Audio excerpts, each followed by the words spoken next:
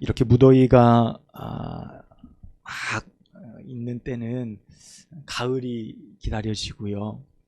가을을 지나 또 겨울을 바라보는 그런 시기인 것 같습니다. 이제 곧 풍성한 계절인 가을이 되겠고, 또 가을이 되면 명절이 떠오르게 되죠. 명절이 되면 어머니께서 옛날 얘기, 어릴 적 이야기 참 많이 해 주시곤 하셨습니다.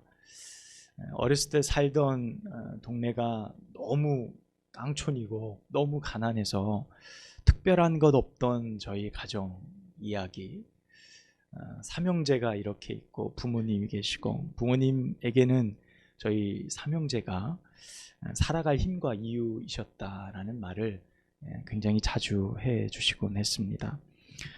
많은 이야기들이 있는데 그 중에 단연 제가 가장 놀랄 만한 이야기는 제가 주인공이었던 이야기입니다. 제가 한 4세에서 5세 때쯤 되어지던 일인데, 저는 뭐 전혀 기억이 없죠. 시골에 지금처럼 이렇게 뭐 수도 시설이 다 되어 있던 때가 아니니까 우물 파서 요거 자키로 열심히 펌프질해서 물 받아놓고 하던 그런 시기인데, 마당에 커다란 검은색 다라이 높은 게 있었어요. 뭐 농사 지시던 분은 아실 겁니다. 농약을 담기도 하고 물을 담기도 하고, 키가 이 정도는 됐어요. 넓고, 그러니까 아이 뭐 4, 5세 되는 아이보다는 훌쩍 큰 그런 다라이가 있던 곳이 있는데, 어머니는 옆에서 빨래를 하고 계셨고 저는 그 다라에서 놀고 있었다 그래요. 근데 그때 마침 다라에 물을 이렇게 채워놓고 있었는데, 어머니가 혹시 몰라서 이렇게 보면서 열심히 빨래를 하고 계셨어요. 그런데 어느 순간 보니까 제가 없어졌다는 거예요. 그래서 어머니가 빨래하다가 놀래가지고 이렇게 보니까 제가 그 다라 안으로 물속으로 거꾸로 콕 박혀가지고 이게 뽀글뽀글 하고 있는 거죠. 그래서 너무 깜짝 놀라서 이 다리를 잡고 들어 올려가지고 꺼내 보니까 이미 이제 시퍼렇게 질려 있는 거예요. 이제 숨도 안 쉬고 막 이러니까 그냥 어떻게 할 줄 몰라서 막 가슴도 누르고 막 그렇게 하면서 겨우겨우 이제 깨어나게 된 거예요. 막 물을 이렇게 토하면서. 우리 권사님 너무 즐겁게 들으시는데 저는 죽을 뻔하다 살아났는데 그런 거예요. 그 이야기를 몇 번을 이야기를 해주시는 거예요. 그러시면서 저희 어머니가 그때 네가 잘못됐으면 이 엄마가 어떻게 살았겠니? 죽었다가 다시 살아났다고 그렇게 이야기를 해주셨어요. 근데 그 이야기를 듣는데, 제가 이번에 지난주에 휴가를 다녀왔잖아요. 삼척에 이틀 동안 가 있었는데, 아이들이 이제 물놀이를 하려고 바다에 나가 있는데, 그때 생각이 주마등처럼 싹 지나가는 거예요. 이 막내 녀석이 무서운지도 모르고 튜브 타고 그 깊은 바닷속에 자기보다 키는 몇 배나 더 깊은데 4m, 5m 되는 그 바다에서 신난다 하고 이렇게 튜브 타고 노는 모습을 보는데, 야, 저거 어떻게 하나. 옆에서 저는 사실 거의 못 놀고 그냥 거의 안전요원이 됐어요. 빨간 모자 딱 쓰고 저 녀석 어떻게 할까, 애들 어떻게 지킬까, 이런 생각을 한 이틀 보내고 나니까 이게 보통 피곤한 게 아니에요. 그러고 빨리 집에 가자. 그리고 이렇게 돌아온 그 기억이 막 생각이 나요. 그래서 어머니 마음이 떠오르더라고요. 이게 살았다가 네가 죽었다가 내가 다시 살린 거야. 그 이야기 해주신 것, 그때 생각이 싹 스쳐 지나가는 것을 기억해 보았어요. 사실 오늘 우리가 읽은 본문의 말씀은요, 굉장히 성도님들에게 낯익은 비유입니다. 소위 우리가 뭐라고 부르죠? 돌아온 탕자라는 비유입니다. 성경에는 탕자라는 말은 없습니다. 그런데 내용을 쭉 보니까 이거 잃어버린 아들 이렇게 얘기하기에는 조금 약한 것 같고, 뭐라고 부릅니까? 방탕하게 살다가 다시 돌아온 아들. 그래서 탕자의 비유로 우리가 별칭같이 이 본문의 비유를 붙여서 이야기를 합니다. 자, 사건의 발달은 누구로부터 시작됩니까? 둘째 아들로부터 시작이 되죠. 둘째 아들 당돌하죠. 아버지께 무례하게 자신에게 돌아올 유산, 분깃을 달라고 미리 요구를 하게 됩니다. 예수님이 말씀하시던 당시의 상황의 이 비유, 그 아들의 요청은요, 매우 불효자, 소위 말해서 아주 못난, 아주 잘못된 요청이었다는 사실을 알 수 있어요. 당시 정서에 보면 유산을 미리 요구한다는 것은요, 아버지가 속히 죽기를 바라는 마음, 그런 메시지를 전달하는 것과 같았다 그래요. 그러니 이 아들의 요구가 어떤 겁니까? 악하죠. 너무 악하고 잘못된 요구였음을 알 수 있습니다. 뭐 당시 아들이 그랬다고 하지만 요즘에도 만약에 군대 막 제대한 아들이 독립하겠다고 아버지 내게 유산 주세요 라고 그러면 기쁨으로 내어줄 부모가 뭐 얼마나 되겠습니까? 그런 마음이겠지요. 자, 그런데 비유 속의 아버지는 어떻게 합니까? 둘째 아들에게 유산을 나누어 주죠. 그리고 첫째 아들에게도 함께 유산을 나누어 줍니다. 성경에 보면 둘째 아들만 준 게 아니에요. 첫째 아들도 함께 줬어요. 각각 나누어 주었다. 이렇게 말씀하고 있습니다. 그 이후에 둘째 아들이 삶이 구체적으로 기록된 게 13절부터 19절까지의 말씀입니다.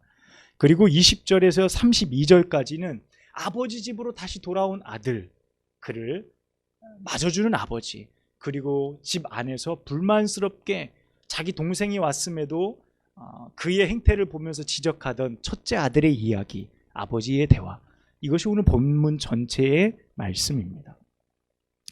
자, 둘째 아들은 아버지께 받은 유산을 다 가지고 가서 어떻게 합니까? 자신의 즐거움과 쾌락을 위해서 완전히 그 재산을 소진해 버리고 맙니다. 그리고 비로소 궁핍해지고 또 설상가상으로 그 자신이 있던 나라에 크게 흉년이 들었다라고 성경은 말하고 있어요.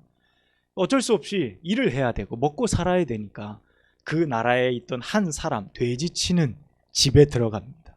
유대인으로서 돼지를 친다라는 것은요, 대단히 부정적인 일입니다.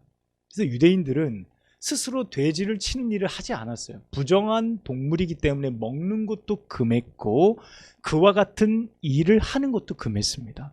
그래서 우리가 뭐 잘 알듯이 뭐 예수님의 뭐 사역 가운데 보면 그 군대 귀신이 이제 돼지떼에 들어가서 몰살당하는 그런 말씀이 있잖아요. 그것도 말씀 내용들을 보면 유대인들 안에서 그와 같은 일을 하는 것은 대단히 부정적이어서 그들은 유대인들과 함께 살지도 못했습니다. 좀 벗어난 곳, 다른 지역, 이런 곳에서 머물러 생계를 유지하던 사람들이었는데, 그가 둘째 아들이 어떻게 살 수 없으니까 돼지 치는 곳에 가서 부정한 일을 시작한 겁니다. 돼지가 먹던 쥐염 열매, 꼭 콩깍지처럼 생겼어요. 이렇게 반달 모양으로 된 콩을 까기 전 모양처럼 생긴 게 쥐염 열매 형태입니다. 이스라엘에 가면 쉽게 볼 수 있는 열매인데, 그것을 가지고 배를 좀 채우려고 해도 주인이 허락하지 않을 정도로 흉년이 든 상황이 됐습니다.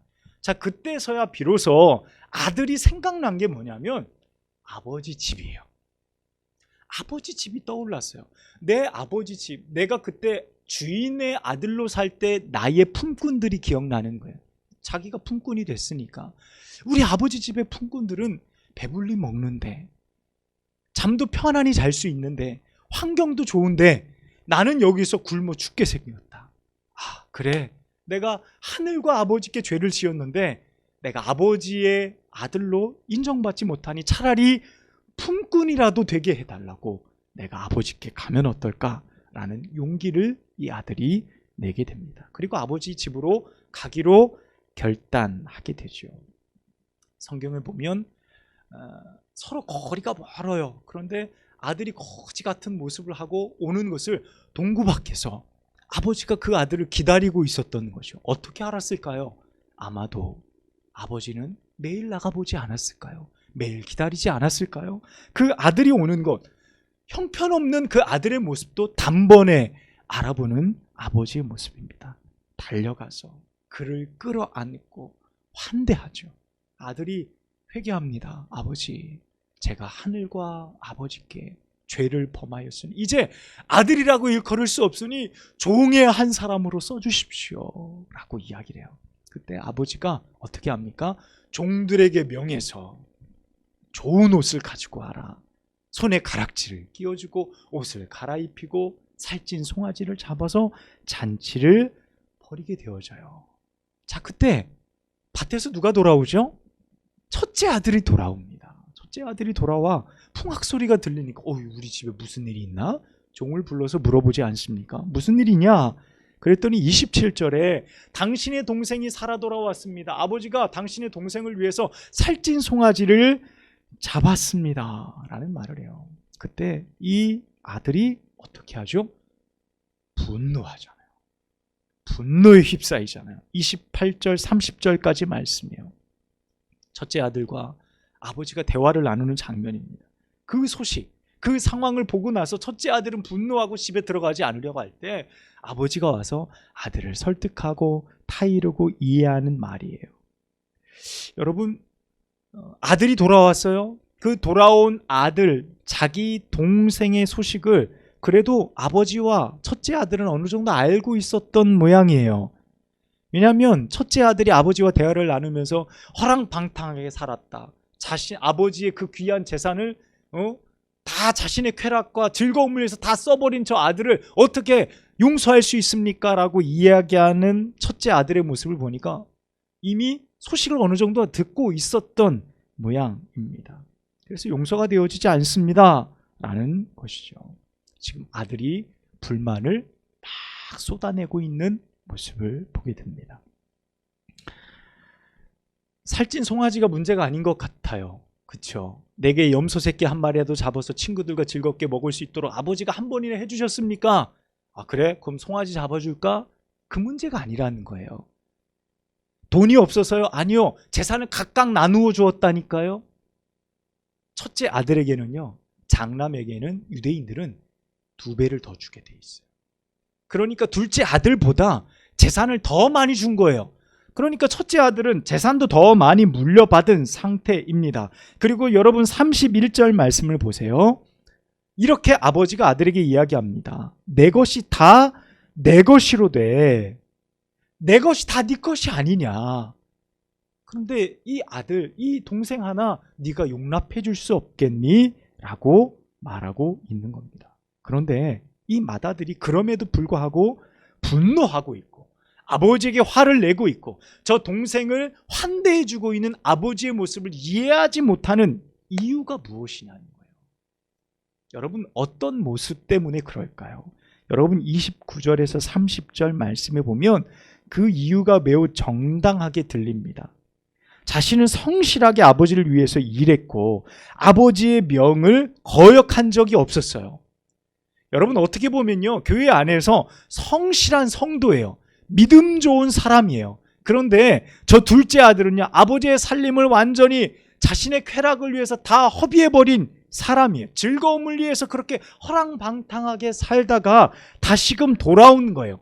여러분, 두 아들의 삶이 어떻습니까? 대비되잖아요. 극명하게 비교되어지잖아요. 첫째 아들은 어떻게 보면 옳고 바르게 살았어요. 열심히 아버지를 위해서 산 사람이에요. 둘째 아들은 어떻습니까? 자기 멋대로 내가 하고 싶은 대로 즐기며 그렇게 살았던 사람입니다. 맏아들의 항변은 어떻게 보면 당연한 겁니다. 그의 이유가 받아들여질만 하지요. 자, 그런데 그 아들의 분노가 왜 가시지 않냐라는 거예요. 그 아들의 분노가 왜 가시지 않을까? 매우 그럴듯하지만 사실 그 본질 내용 안에는 전혀 다른 것이 있기 때문에 그렇습니다. 여러분, 맏아들의 분노는 어디에서 비롯된 것이냐면 아버지와 같은 마음이 없기 때문에 일어난 마음이에요. 여러분, 이 말씀을 우리가 잘 들어봐야 됩니다.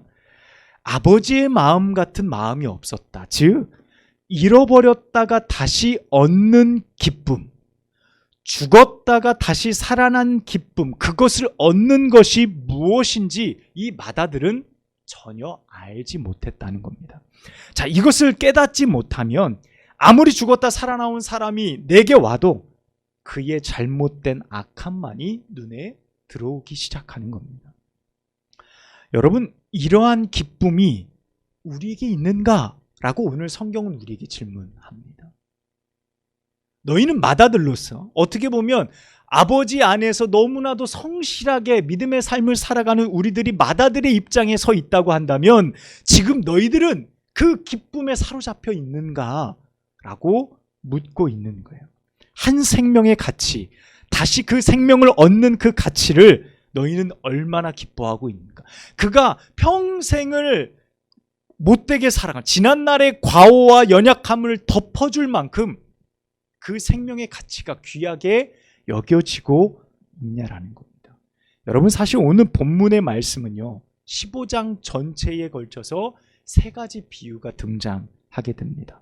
잃었다가 다시 찾는 기쁨에 관한 비유들이 세 가지로 쭉 나오게 되어져요. 첫 번째는 잃어버린 양의 비유, 두 번째는요 잃어버린 드라크마의 비유, 세 번째는 잃어버린 아들 탕자의 비유가 오늘 본문 안에 기록되어져 있는 것을 볼 수 있습니다. 이 세 가지가 모두 같은 맥락의 말씀이라는 거예요.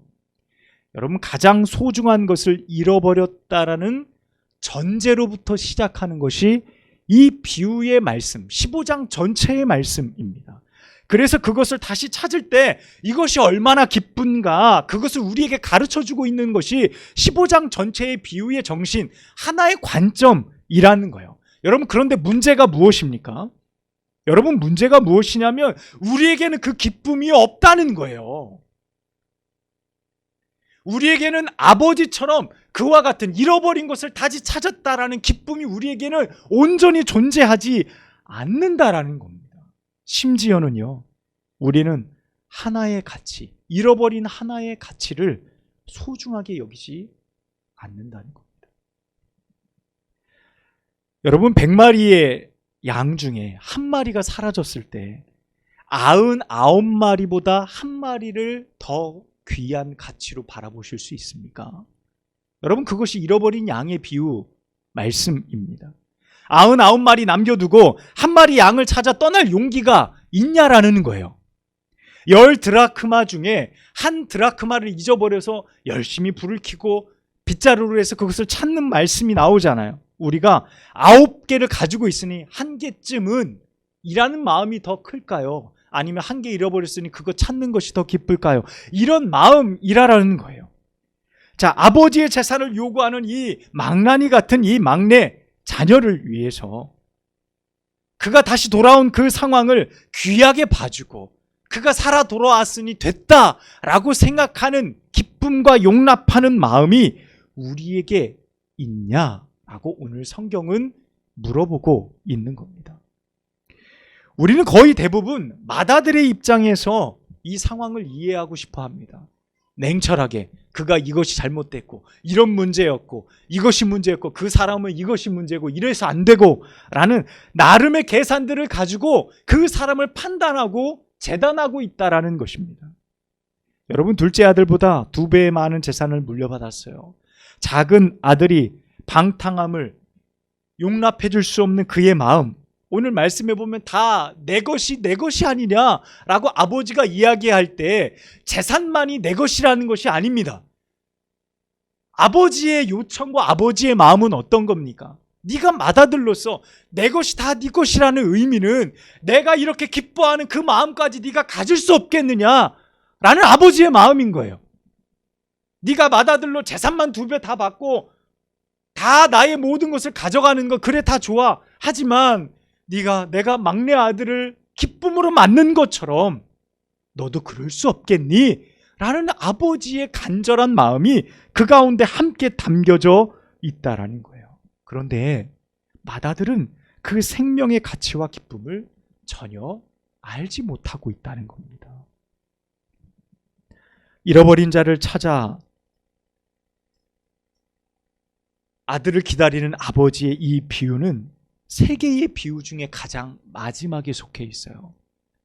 잃어버린 양, 그리고 잃어버린 10드라크마, 1드라크마의 이야기, 그 다음 마지막 탕자의 이야기. 이는 비유이지만 그 가운데 담긴 하나님 아버지의 마음을 우리에게 보여주는 거예요. 잃어버린 비유가 연속되면서 마지막 비유 가운데 아버지의 마음을 지금 등장시키고 있죠. 그 마음이 어떤 거라는 겁니까? 내 것이 다 내 것이로다 라고 말할 때의 아버지의 심정은 그를 맞아주는 그 기쁨의 마음까지라도 너희가 함께 누리기를 원하는 것이 바로 아버지의 마음이라는 사실을 이야기하고 있습니다. 오늘 당장이라도 잃어버린 누군가가 여러분 아버지 품으로 돌아온다면 이보다 더 기뻐할 것이 없을 정도로 기뻐하시는 것이 하나님의 마음입니다. 그 기다림과 용서 그리고 다시 품으시는 그 사랑을 여러분 먼저 우리가 덧입는 거예요. 우리가 지금 집안에 있는 맏아들 같지만 우리가 먼저 탕자였고 우리가 먼저 방탕했던 삶을 살았던 사람들이 아닙니까? 우리가 예수님께 먼저 용서받은 사람들이라는 거예요. 그렇다면 나를 먼저 기다려주신 아버지의 그 사랑을 기억할 때 우리는 또 누군가가 주님의 품으로 돌아올 때 그들을 주님의 마음으로 기뻐해주고 감싸주고 용납해주고 환영해주는 것이 우리의 본분이 아니겠냐는 말씀입니다. 여러분 그런데 그 기쁨이 어디에 있습니까? 여러분 그 기쁨이 여러분에게 있으시냐는 거예요.